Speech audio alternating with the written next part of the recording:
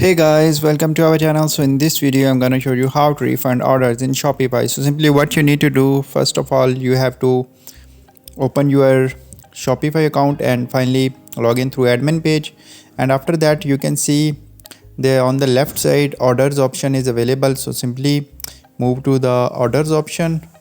So finally I don't have any order because my payment method is not verified. I don't have subscribe any premium package on Shopify. So simply I'm going to draft here. I will teach you how to refund it. So here you can see there are some